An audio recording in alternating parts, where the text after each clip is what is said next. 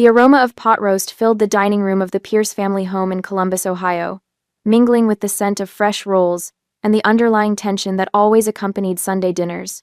I methodically arranged the silverware at each place setting, careful to align the forks just so, while my younger sister Madison's voice carried from the living room. "I'm up to 20,000 followers now," she announced, waving her phone in the air as if it were Olympic gold. "The sponsorship offers are rolling in." I caught Dad's proud nod from the corner of my eye. Mom beamed at her, tucking a strand of her perfectly styled hair behind her ear. "That's wonderful, sweetie," Mom said. "Your hard work is really paying off." I set the last knife in place and slipped into my chair, invisible as always. 27 years old, and still setting the table like I was 12. Still living in my childhood bedroom while Madison, at 25, commanded the spotlight with her social media career. Mom and Dad exchanged a look across the table the kind parents share when they've rehearsed a conversation. Mom cleared her throat, her voice taking on that honeyed tone she used when she wanted something. "Alexandra, honey," she began, passing the mashed potatoes my way. "We need to discuss your room." I paused, fork hovering above my plate. "Madison needs it for her studio," Mom continued, smiling as if she'd just offered me a gift instead of an eviction notice. "The lighting is better than in her room, and she needs more space for her equipment." Before I could respond, Dad slammed his fist on the table, making the water glasses jump. "Either give it up, or get out of this house," he snapped, all pretense of discussion evaporating. "It's time you found your own place anyway." Madison smirked from across the table, twirling a strand of blonde hair around her finger. "It's not like you need space to shuffle papers," she said with a dismissive shrug. The table fell silent. Everyone watched me, waiting for tears or protest. I cut a piece of pot roast and placed it in my mouth, chewing slowly. My expression revealed nothing as I swallowed. Inside my head, a different scene played out. My 10 by 1 two-bedroom upstairs was more than just a sleeping space. It was my sanctuary, my office, the command center of a life they knew nothing about. Finance books lined the shelves I'd installed myself. A modest desk held my computer, a computer whose screen frequently displayed an investment portfolio worth millions. While they'd been watching Madison perform in talent shows and school plays, I'd been working. Weekend jobs through high school, online courses in financial management during college, building my consulting business client by client, dollar by dollar. I looked down at my phone beneath the table, swiping past the apartment listings I'd been browsing all week. I'd been planning my escape for years, saving and investing while they thought I was just job hunting between temp positions. My mind flashed back to when I was 14. I could still feel the weight of the shoebox in my hands as I counted out $780 in crumpled bills, weekend shifts at the local diner, tips included, enough for the laptop I needed. "Alexandra," Mom had said that afternoon, standing in my doorway with that same sweet smile. "Madison needs video equipment for her school project. The one that might get her noticed by that arts program?" I remembered how Dad had taken the box from my hands without asking, how they'd both spoken over my protests. "Your sister needs this for her future," Dad had said firmly. I remembered locking myself in the bathroom afterward, the cold tile against my knees as I sobbed silently, promising myself I would never depend on them again. That was the day I understood my place in this family, the invisible child whose achievements would always be dismissed as that spreadsheet hobby. 13 years later, nothing had changed, except me. I placed my napkin beside my plate and stood up, my chair sliding back without a sound. "I understand," I said, my voice steady. "I'll have an answer by next Sunday." Madison's mouth opened slightly, confusion replacing her smugness. Mom and Dad exchanged glances. This wasn't the reaction they'd expected. They wanted tears, begging, the Alexandra who would eventually give in.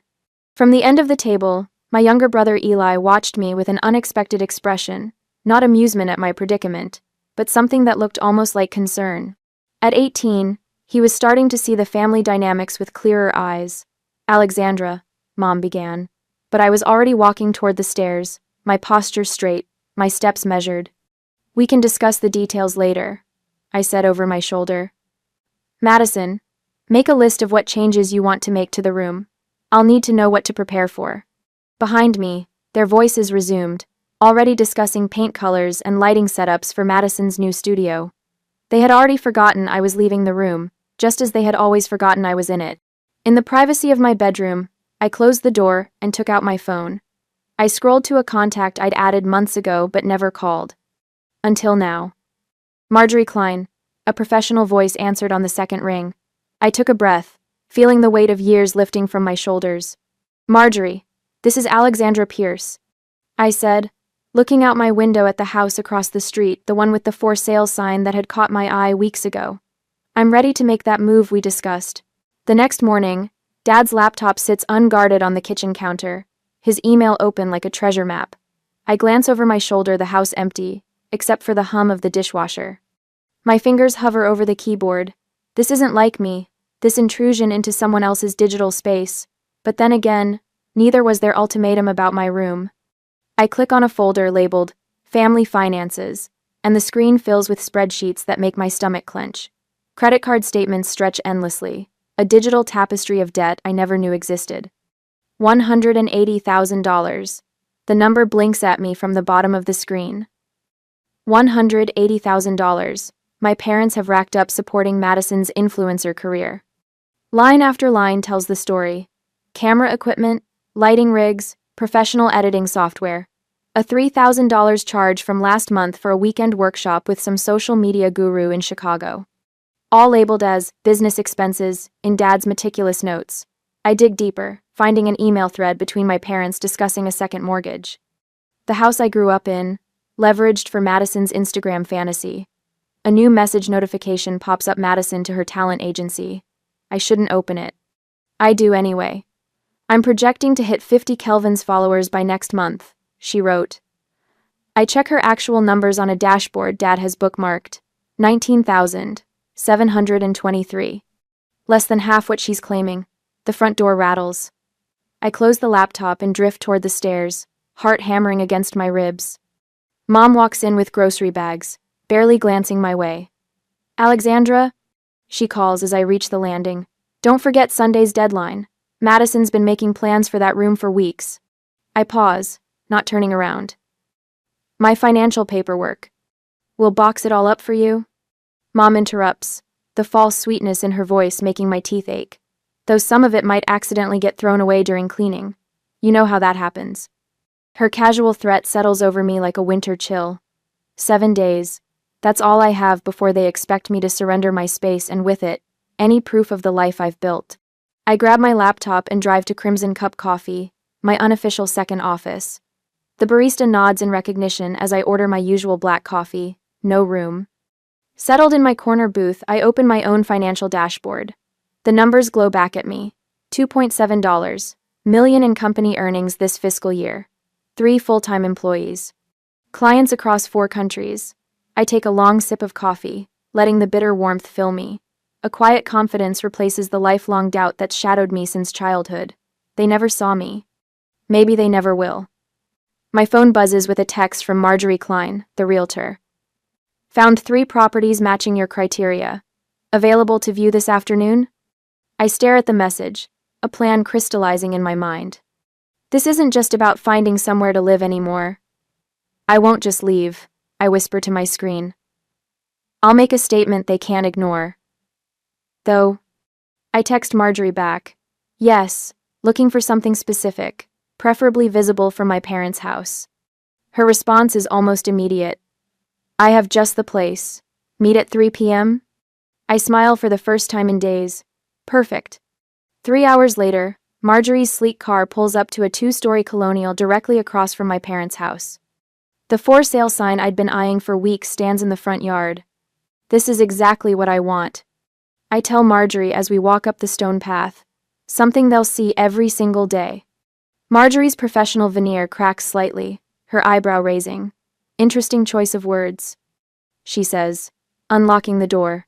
Most clients talk about what they want to see, not what they want others to see. Before I can respond, someone calls my name from the sidewalk. Chloe Baxter waves, crossing the street with a folder tucked under her arm. Her auburn hair catches the afternoon sun as she navigates around a parked car. I brought those property listings you asked about, she says, climbing the steps to join us. But I see Marjorie's already got you covered. Chloe has believed in me since college, when I showed her my business plan scrawled on coffee shop napkins.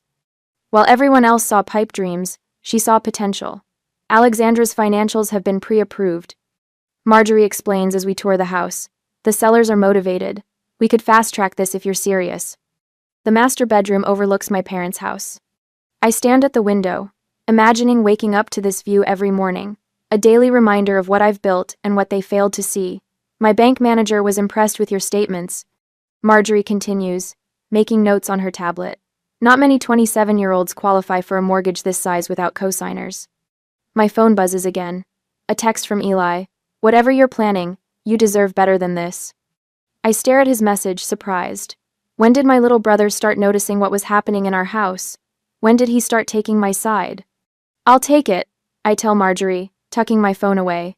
How quickly can we close? Wednesday, if we push. Her eyes widen slightly. That's incredibly fast. Are you sure? Absolutely, I say, already calculating the down payment.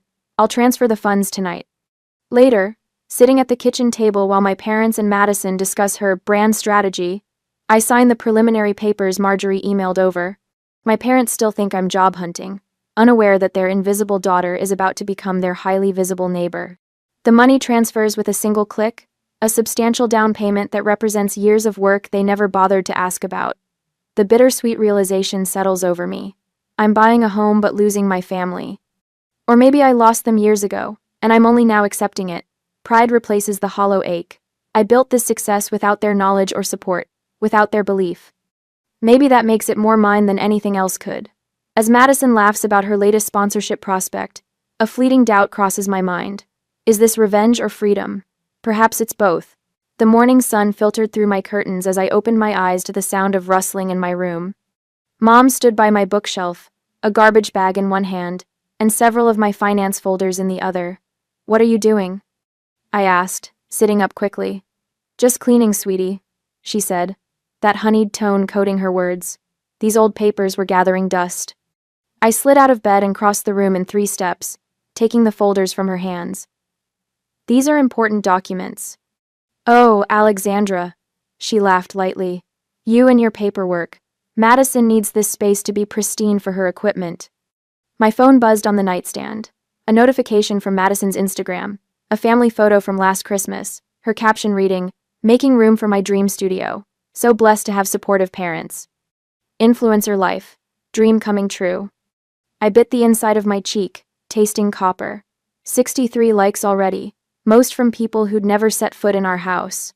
I thought we agreed Sunday was moving day, I said, carefully returning the folders to their proper place on the shelf. Mom sighed, tying the garbage bag. Plans change. Madison's equipment arrives Wednesday now, not Sunday. She patted my shoulder. You're always so adaptable, honey. That's what I love about you. Adaptable, the word they used when they meant invisible. Downstairs, Dad sat at the kitchen table, coffee mug in hand, newspaper spread before him. His eyes flicked up as I entered, then back to the sports section. Morning? I said, pouring myself coffee. Some people in this house don't understand sacrifice, he muttered. Ungrateful children taking advantage. The irony burned worse than the coffee. I said nothing as I spread peanut butter on toast, calculating the hours until I could leave this house forever. That evening, relatives gathered around our dining table for Mom's monthly family dinner. Aunt Cheryl passed the green beans while Uncle Jim described his golf game in excruciating detail. I pushed food around my plate, half listening, until Mom tapped her glass with a spoon. We have exciting news, she announced, her smile wide and practiced. Madison has a potential sponsorship with a major cosmetics brand. They're sending professional equipment for her videos. Aunt Cheryl clapped her hands together. That's wonderful. Alexandra's giving up her bedroom for Madison's studio, Mom continued, as if I'd enthusiastically volunteered. Such a supportive sister. All eyes turned to me, expecting the dutiful daughter act. I smiled tightly and raised my water glass. Family supports family, right? Later that night, my phone lit up with a text from Marjorie. Found it. The perfect house. 4 bedrooms, directly across from your parents. Virtual tour tomorrow? A.D. I stared at the message, something like hope unfurling in my chest. I typed back, yes, first thing. The virtual tour revealed high ceilings and hardwood floors, but it was the office that stopped my breath. A spacious room with built-in bookshelves and a bay window overlooking my parents' front door. I could sit at my desk and watch them come and go, while they'd never see me working. "What do you think?"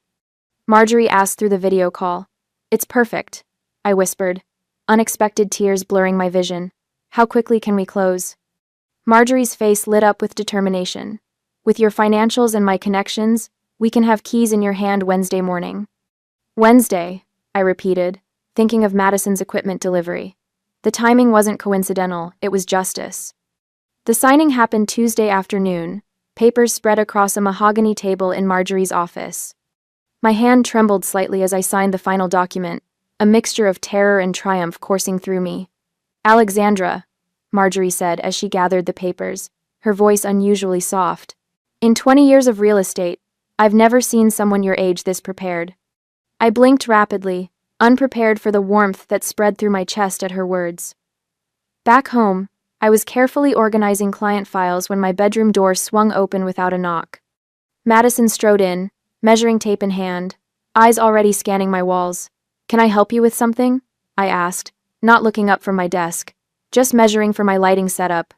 She said, stretching the tape across one wall. "This space is barely adequate, but I'll make it work." I continued typing, my keystrokes deliberately calm. "I see. My brand is on the verge of $1 million valuation." She continued, pacing the perimeter of my room. "I need this space more than you do. It's not like you're doing anything important with it." If she only knew the irony, the financial empire I'd built while she collected followers and free makeup samples. "We'll see what happens Sunday," I said, saving my document. Madison laughed, the sound sharp and dismissive.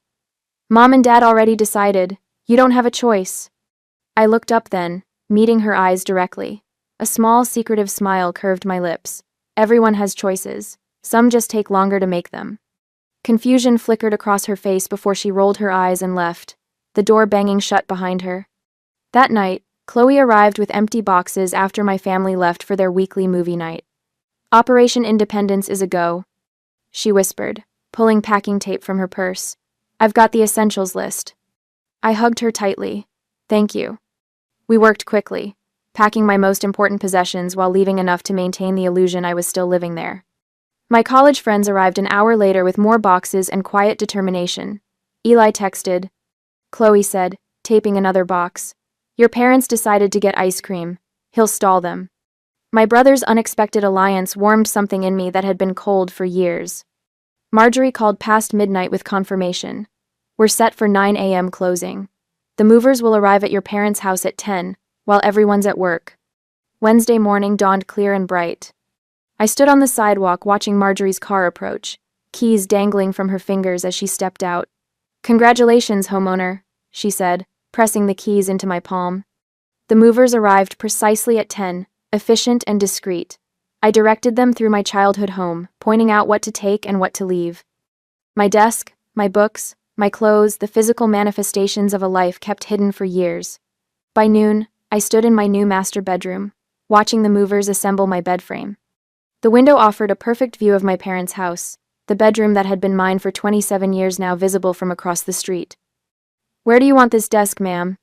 one of the movers asked, gesturing to my workstation.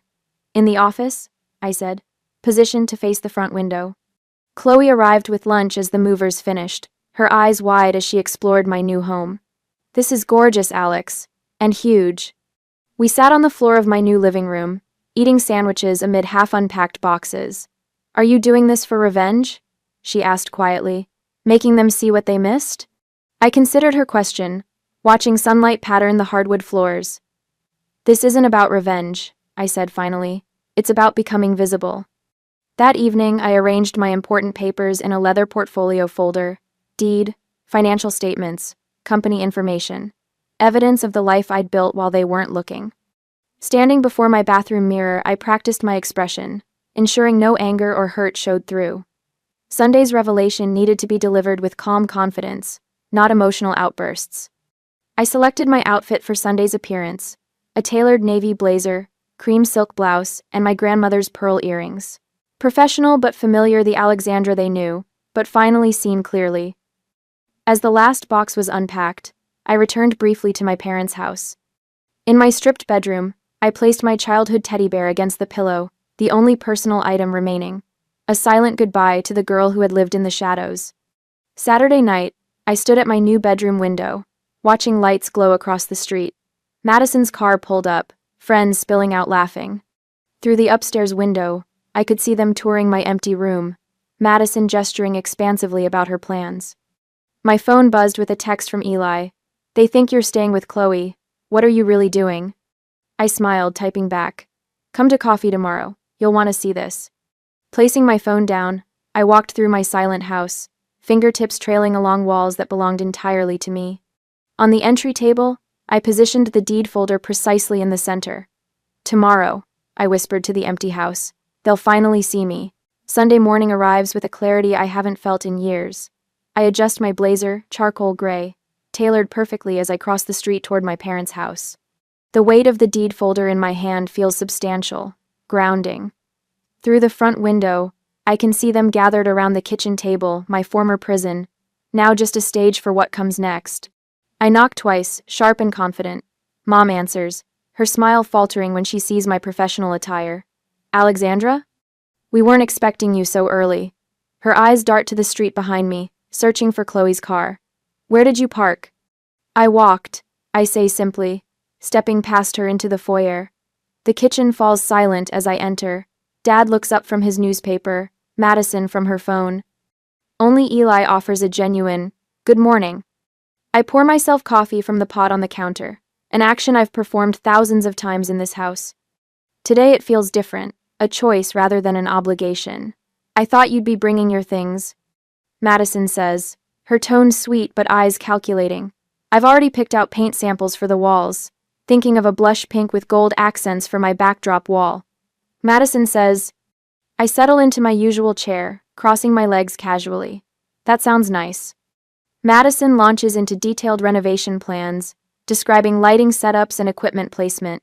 I sip my coffee, nodding at appropriate intervals while watching Dad's impatience build.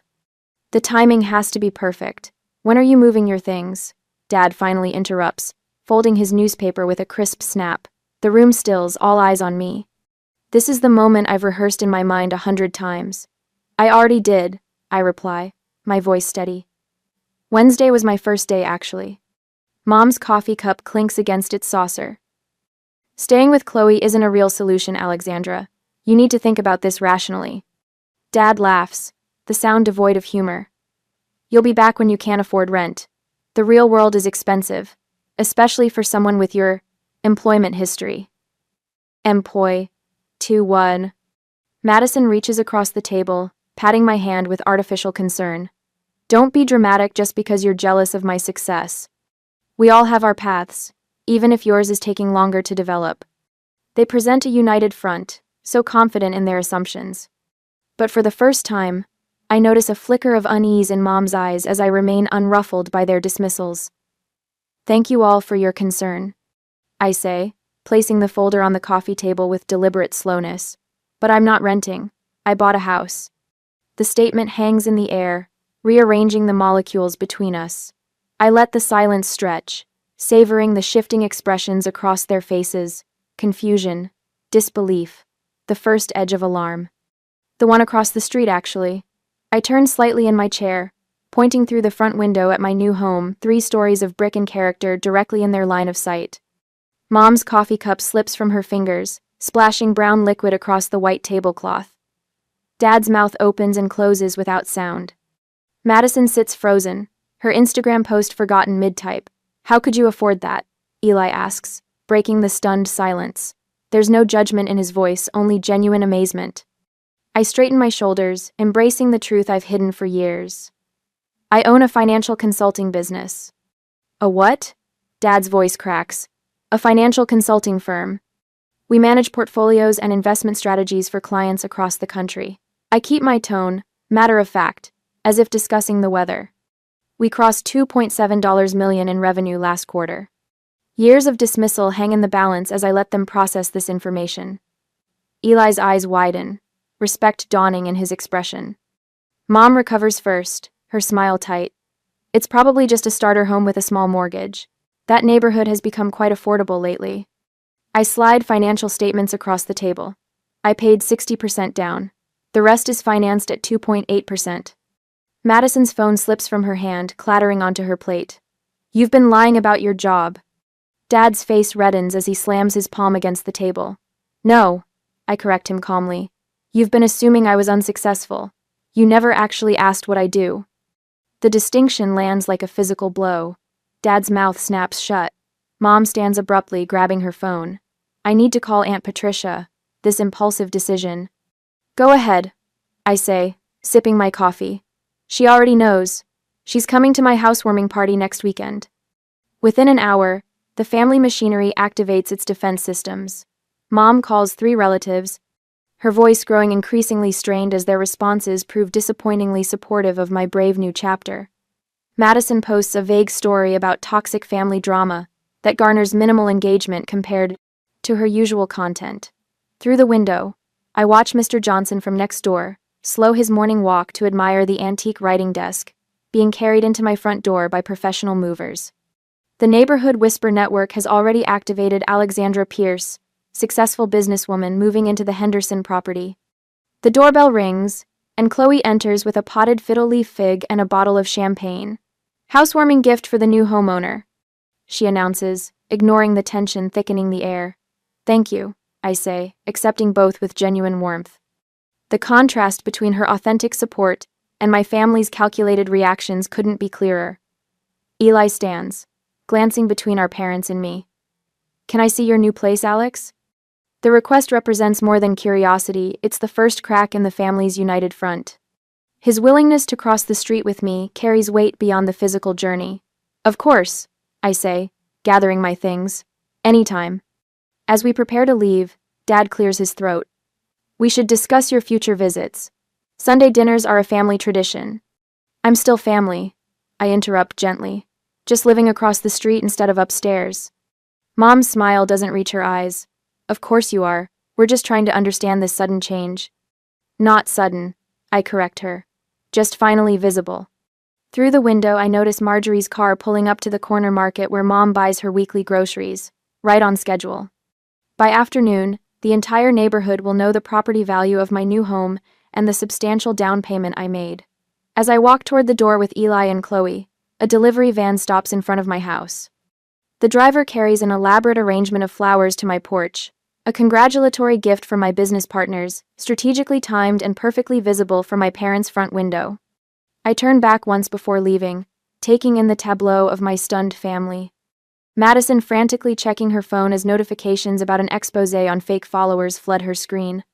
Mom and Dad exchanging worried glances, the unpaid second mortgage application sitting in Dad's email drafts suddenly feeling more precarious.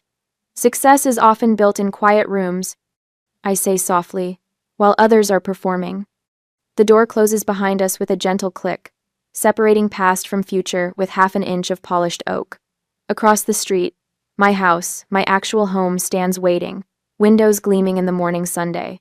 2 weeks later, the doorbell chimes through my quiet home, interrupting my morning coffee ritual. Through the peephole, I spot my mother's perfectly coiffed hair and the edge of what appears to be a pie dish. I take a deep breath, straighten my shoulders, and open the door with a neutral expression. Alexandra, sweetheart. Mom holds up a perfectly golden-crusted apple pie, steam still rising from the lattice top. I made your favorite. We should talk. I step aside, allowing her into the entryway of my new home. Her eyes dart around, taking in the tasteful furnishings, the spacious layout, the unmistakable signs of success she never bothered to notice before. This is quite something you've done here, she says, placing the pie on my kitchen counter.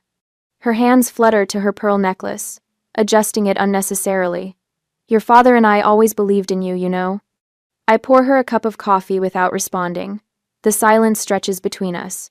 Madison's having a hard time with sponsors, she finally says, staring into her cup rather than meeting my eyes. Some issue with her follower count. Technical things I don't understand. I see, I reply, keeping my voice even. Family supports family, Alexandra. Mom reaches across the counter to touch my hand. I don't pull away, but I don't reciprocate either. We've always been there for each other, haven't we? Later that afternoon, Dad makes his approach. He catches me retrieving mail from my box, his timing too perfect to be coincidental. Your mother misses you, he says without preamble. We all do. We should put this behind us and move forward as a family. I nod politely, sorting through envelopes. I'm open to that possibility, Dad. His relief is palpable but premature. That evening, my phone lights up with a barrage of texts from Madison. You're destroying this family. Mom cried all afternoon. Everyone thinks you're so selfish. After everything they did for you. I placed the phone face down on my coffee table and returned to reviewing client portfolios. The messages continue to arrive, each vibration less affecting than the last. The next morning, Mom calls to inform me that Aunt Patricia asked about my absence at Sunday dinner. Everyone's concerned about the family image, she says. People are talking. Dad follows up with a voicemail suggesting my business success seems awfully sudden and questioning whether I've gotten involved with something questionable. The final salvo comes in the form of a formal dinner invitation, delivered by hand to my mailbox. Elegant script on cream cardstock requests my presence at the family home tomorrow evening at 7. To reconcile our differences, it reads. And the postscript, in Mom's handwriting, after all we've done for you growing up. Alone that night, doubt creeps in during the quiet hours. Old patterns of guilt surface like well-worn paths in my mind. Perhaps I am being too harsh. Perhaps there is some middle ground where I can maintain both peace and dignity. The next morning, Chloe arrives with bagels and brutal honesty. Remember the laptop money? She asks, spreading cream cheese with unnecessary force. $800 you saved from diner shifts, and they took it for Madison's camera equipment? I wince at the memory. That was 13 years ago, I say, though the sting feels fresh. Patterns don't change unless people do, Chloe replies. After she leaves, I pull out the journals I've kept since childhood. Page after page documents the same cycle, my achievements minimized, my needs secondary, my resources commandeered for Madison's dreams. The realization settles into me with surprising calm. Their love was always conditional. Mine doesn't have to be. I arrive at my parents' house at precisely 7 the next evening. The table is set with the good china. Madison sulks at her place setting while Mom fusses with flower arrangements and Dad pours wine with too careful precision. Alexandra, Mom exclaims with excessive brightness. You came. I take my seat, my posture relaxed but dignified. The difference is immediately apparent. I'm not the daughter desperately seeking approval. I'm a successful woman who has chosen to be here on my terms. Madison attempts several barbs throughout the salad course. Not everyone can buy their way into feeling important, she mutters. I meet her gaze steadily. You're right. Some people have to earn it. Her fork clatters against her plate. When the main course is served, Dad clears his throat meaningfully. The moment for reconciliation has apparently arrived, according to their schedule. I needed to build my own life, I say before they can begin their prepared speeches. You needed me to remain invisible. Those two things weren't compatible. Mom's hand freezes midway to her water glass. Alexandra, we never. I'm open to a relationship, I continue calmly, but not one based on what you can take from me. The silence that follows is profound. What does that mean exactly? Dad finally asks, his tone careful. I explain, with the precision of someone who has prepared thoroughly, how I built my business over years of work, how I paid for my education through scholarships and side jobs, how I attempted, repeatedly, to share my successes, only to have them dismissed or ignored. That spreadsheet hobby, I quote back to them, is now worth millions. Madison's face contorts with something between rage and envy. For the first time, she sees the difference between her bought followers and my earned success. The knowledge visibly burns. Mom attempts to redirect. Speaking of your business success, Alexandra, perhaps you could help with family finances, just until Madison gets back on her feet. The trap is sprung, but not as she intended. From my purse, I remove a folder containing documentation of every instance they took from me, from the laptop savings to college fund withdrawals for Madison's headshots. Dad begins to protest, but his words die as I show him his own signature on a withdrawal slip from my college account. Madison launches into a tantrum about fairness and family loyalty that exposes her entitlement more clearly than any argument I could make. Through it all, I remain composed. The family narrative collapses around us, but I do not gloat or rage. There's no satisfaction in watching them confront reality, only the quiet relief of finally being seen. I'm willing to have a relationship based on mutual respect, I say when the storm subsides. That includes financial boundaries. I won't support anyone without accountability. I turned to Madison. You can apologize genuinely and we can build something new, or you can maintain your position and we'll maintain our distance. My parents sit stunned, facing consequences perhaps for the first time. You gave me an ultimatum about my room, I say, rising from the table. I chose freedom. I leave without tears or anger, walking the short distance across the street to my own home. From my front porch, the family house is clearly visible, windows glowing with artificial warmth. Eli appears at his upstairs window. I raise my hand in a small wave, an offering of connection separate from our parents. He returns the gesture, his expression thoughtful. One by one, the lights in my parents' house go dark as I stand on my porch. My own home remains illuminated, warm with the light of independence. I hear through neighborhood whispers that Madison's career collapse has accelerated. Her fake follower scheme exposed, sponsorships withdrawn, her influencer dreams crumbling. Meanwhile, my parents face the prospect of financial ruin, their resources depleted by years of supporting Madison's illusions. I watch the for sale sign being hammered into their lawn the following week, feeling neither victory nor remorse, only the quiet certainty that some lessons come at a higher price than others. The morning sun streamed through my kitchen window, casting golden light across the countertop. 6 months had passed since that Sunday dinner ultimatum, and what once felt like an act of defiance now simply felt like home. I cradled my coffee mug and stepped onto the front porch, breathing in the crisp autumn air. My house, not my parents' house, not my childhood bedroom, but my house had transformed from an empty statement into a true sanctuary. The living room walls, once bare, now displayed framed awards from the Columbus Business Association, including last month's Emerging Entrepreneur Honor. My consulting firm had grown to 5 employees, all working remotely but gathering monthly in my converted dining room for strategy sessions. Across the street, the curtains remained drawn at my parents' house. The for sale sign had appeared weeks ago, shortly after Madison's final sponsored post announced her career transition into entry-level marketing. I took another sip of coffee, surprised by how little satisfaction I felt at their financial troubles. The revenge fantasy had burned itself out, leaving something quieter and more valuable in its place. "Morning, Alexandra." "Mrs. Henderson called from her driveway next door.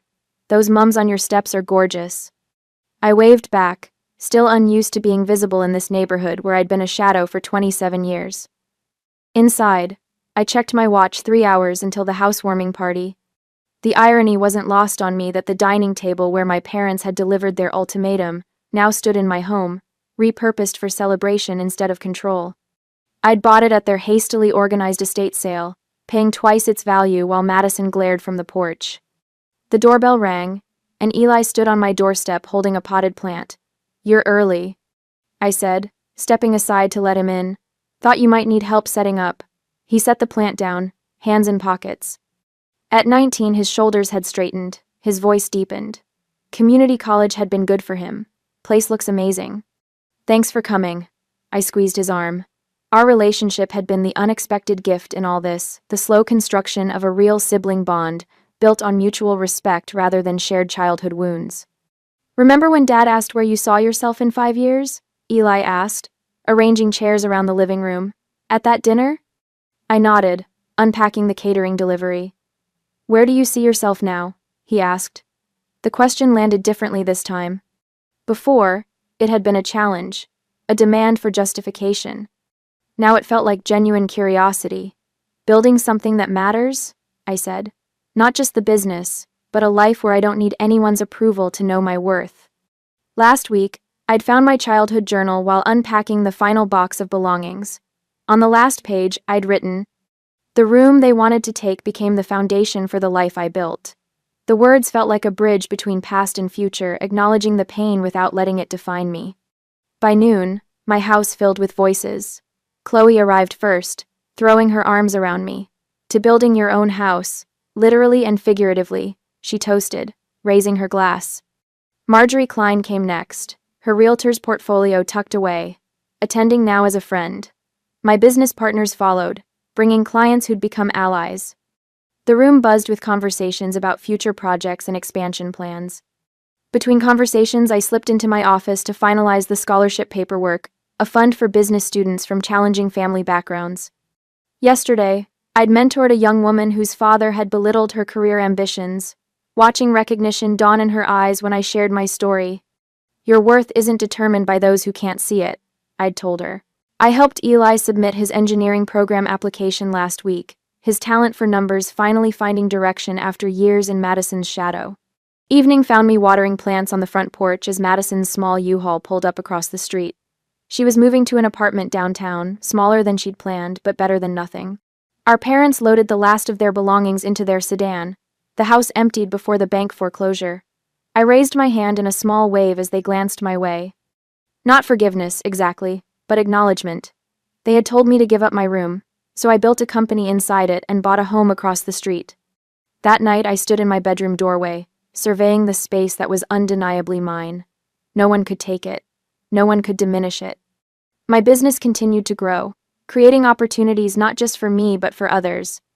The relationship with my parents remained distant, with boundaries firmly in place, though perhaps someday healing might be possible if they changed. I slipped between cool sheets in the master bedroom, watching moonlight pattern the ceiling. For the first time in my life, I slept without wondering if I was enough. Have you ever had to choose between pleasing family and standing up for yourself? Alexandra learned that sometimes the greatest act of self-respect is setting boundaries. What would you have done in her situation? Share your thoughts below.